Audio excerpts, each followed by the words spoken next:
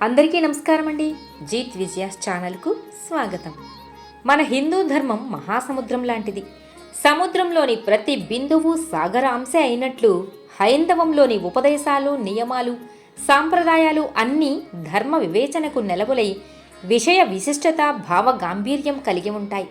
అందుకు కారణం మన పూర్వీకులు సంపూర్ణమైన ఆధ్యాత్మిక చింతనాపరులు కావడమే. వారు తుచ్చ సుఖాలను వదిలిపెట్టి శాశ్వత బ్రహ్మ విద్యపై దృష్టిని కేంద్రీకరించారు. కల్లా కపటం తెలియని వయసు నుంచే భక్తి, వైరాగ్యాది సద్గుణాలను అలవర్చుకున్నారు. తల్లిదండ్రులను ప్రత్యక్ష దైవాలుగా భావించలేని వారు అందరిలో, అన్నింట్లో అంతర్గతంగా ఉండే భగవంతుణ్ణి ఊహించుకోవటం చాలా కష్టం. అందుకే మాతృదేవోభవ, పితృదేవోభవ, ఆచార్య దేవోభవ అని సెలవిచ్చారు. వారిపై భక్తి ప్రపత్తులను కలిగి స్వీయానుభవాలకు పసితనం నుంచి మెరుగులు దిద్దుకుంటూ పురోగమించాలన్నది మన పెద్దల ఆకాంక్ష. శరీరం డస్సిపోయి కనుచూపు మందగించి ఊతకర్ర లేకుండా ముందుకు వెళ్ళలేని ముదుసలికి ఇవి సాధ్యపడవు. గంగాతీర్థం కొద్దిగా సేవించిన గంగానదిని దర్శించాలనే కోరిక కలుగుతుంది. అదేవిధంగా కొద్ది కొద్దిగా బుద్ధి వికసిస్తూ పోతే బ్రహ్మజ్ఞానానికి దారితీస్తుంది అది. ఈ ప్రపంచానికి తల్లి, తండ్రి, గురువులను నడయాడే దీపాలు, ధర్మధ్వజాలుగా భావించటం పరిపాటే. ధర్మమూర్తి అయిన దేవవ్రతుడు తండ్రి కోరిక నెరవేర్చేందుకు సింహాసనాన్ని వదులుకోవటమే కాకుండా ఆజన్మ బ్రహ్మచారిగా ఉండిపోతానని శపథం చేశాడు. దేవర్షి గణంతో భీష్మ అనిపించుకున్నాడు. శ్రీరాముడి పితృభక్తి, ఏకలవ్యుడి గురుభక్తి అద్వితీయమని అందరికీ తెలిసినదే. మాతృప్రేమ ఉగ్గుపాలతో వస్తుంది.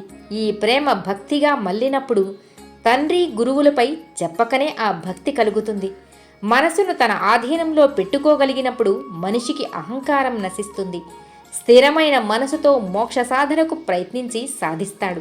తల్లి తండ్రులను పట్టించుకోకపోవటం, బాధించడం మానవతకే మాయని మచ్చ. మమ్మల్ని అడిగి కన్నారా అని నిలేసే ప్రబుద్ధులు ఉన్న లోకమిది. తల్లిదండ్రులే పిల్లలకు ఉపకారబద్ధులుగా ఉండాలని చెప్పే వ్యక్తులు కూడా ఉన్నారు. ఇలాంటి విభిన్న ప్రవృత్తులు, సంకుచిత స్వభావాలను పరిపూర్ణంగా అర్థం చేసుకున్న పెద్దలు మానవ పురోగతికి సులభమైన మార్గాలను చూపించారు. పూజా సమయంలో పత్రం, పుష్పం, ఫలం, తోయం అనే నాలుగింటిలో భక్తిభావంతో ఏ ఒక్కటి సమర్పించినా అది భగవంతుడికే చేరుతుంది. ఒకవేళ అవి కూడా లేని పరిస్థితుల్లో కృష్ణార్పణం అని చేతులు జోడించి దండం పెట్టుకోమని ధర్మశాస్త్రాలు చెబుతున్నాయి.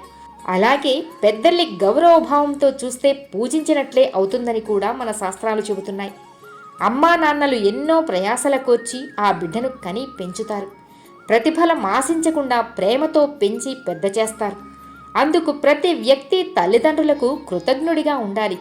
పనుల ఒత్తిడి వల్ల ఎల్లవేళలా వాళ్ళను సేవించుకునేంత సమయం లేకపోయినా నిండు మనసుతో వాళ్ళకి మనసులోనే పాదాభివందనం చేసుకుని ఆశీస్సులు తీసుకుంటే అవి తప్పక మనకి మంచి ఫలితాన్నిస్తాయి.